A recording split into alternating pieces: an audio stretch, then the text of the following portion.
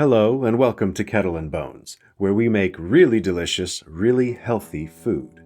And you can too. Today we're making a tasty and nutritious entree that is every bit as good as tomorrow's lunch as it is tonight's dinner. A healthy take on a timeless classic, we're making tender turkey meatloaf. Let's get cooking. Now you're probably thinking, okay, a meatloaf starts with meat, right? Wrong, it starts with this. The French call it mirepoix. That refers to carrot, celery, and onion, the go-to starting ingredients for much of Western cooking, actually. We'll start by chopping the celery and the carrot finely. We're going to save the onion for last, and you'll see why in just a moment. I'm also including a lovely cremini mushroom for a bit of umami flavor. I would highly encourage you to likewise add some additional veggies of your choice. I've tried this same recipe with shredded radish, zucchini, even cauliflower added in. In fact, we need these extra veggies not just for their flavor, but for their moisture. Turkey, as I'm sure you know, is much lower in fat than beef, so if we make a minimalist meatloaf that is almost entirely turkey with little else, it's going to be dry. Dry and crumbly. And no one, anywhere, ever, should have to watch their meatloaf grow up to be dry and crumbly. So again, we'll put the onions to the side, those are going in last.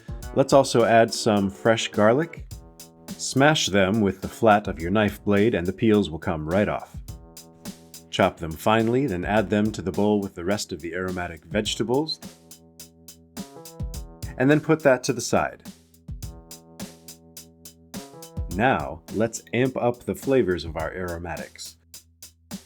We're going to start by sweating the onions over medium heat in a bit of olive oil.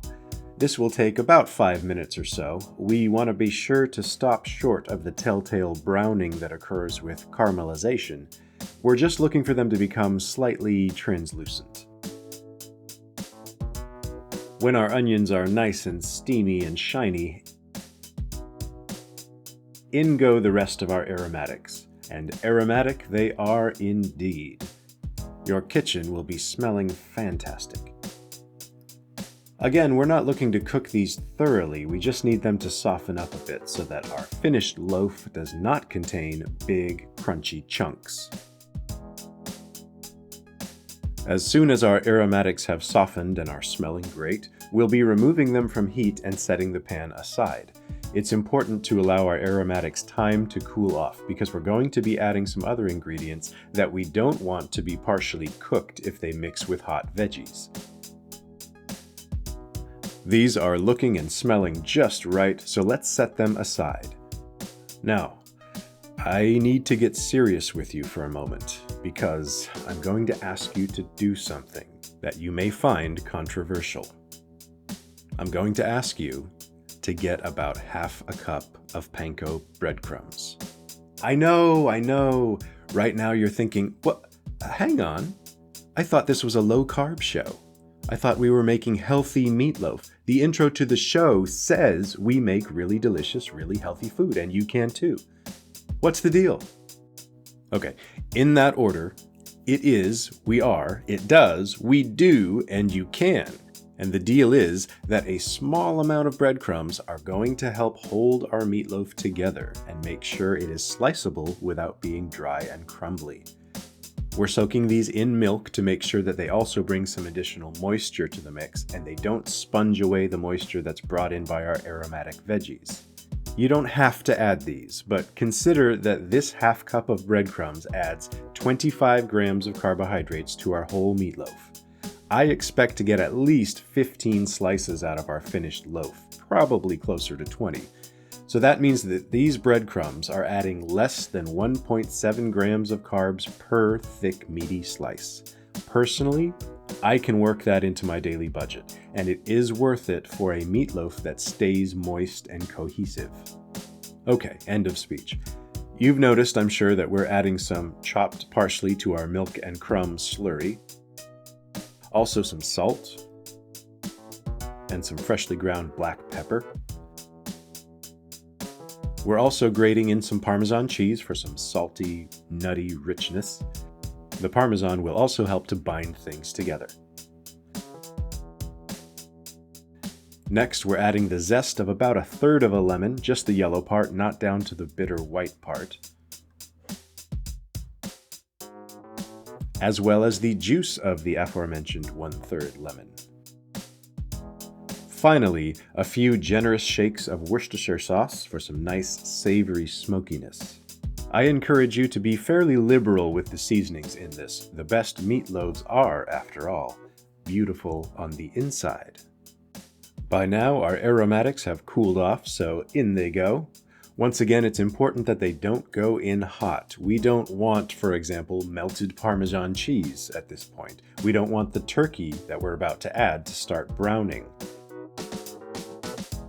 And we don't want these eggs right here to become scrambled eggs. Since we used the Panko breadcrumbs, we're adding just 2 large eggs to our mixture. If you skipped the breadcrumbs, hey, it's free country, then I want you to add in 4 large eggs here. That will help your loaf stay together.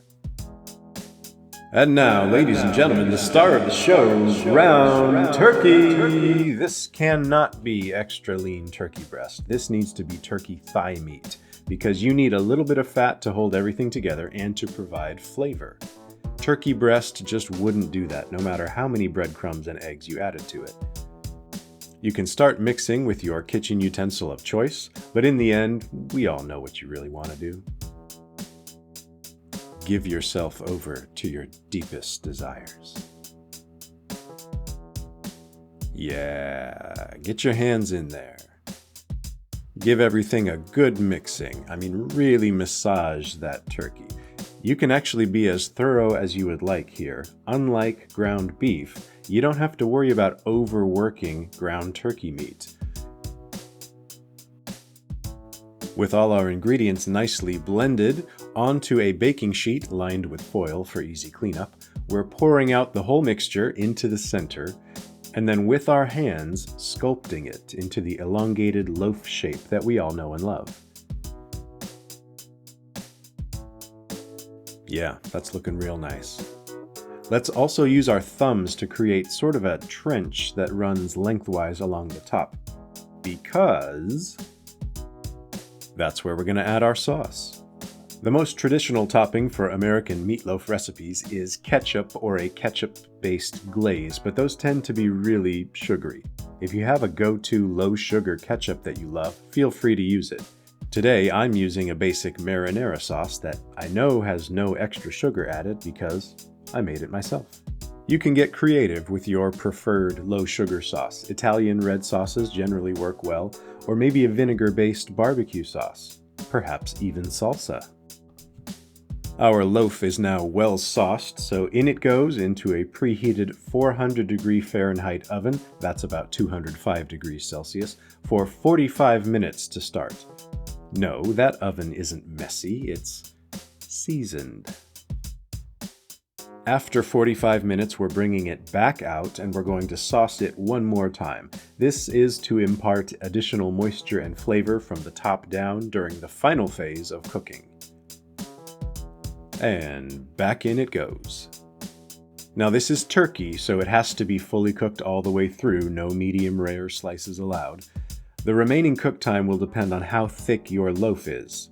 This one settled into sort of a flattish oval shape, not too thick in the middle, so it took about 30 more minutes at 400 degrees Fahrenheit, about 205 degrees Celsius, to get it looking like this.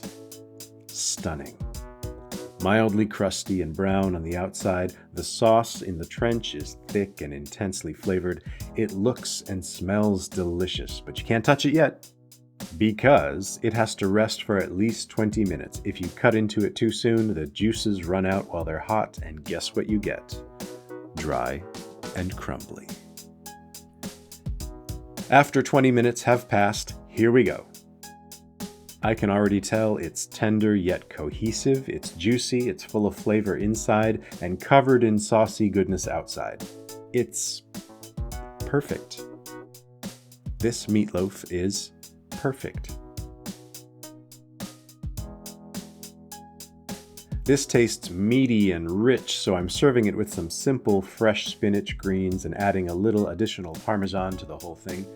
This tastes amazing now, maybe even better tomorrow as leftovers, believe it or not.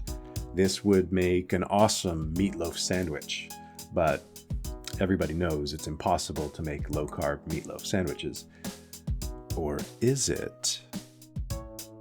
We'll be exploring exactly this and many other possibilities for these incredible leftovers in future episodes, but for now, just enjoy your tender turkey meatloaf.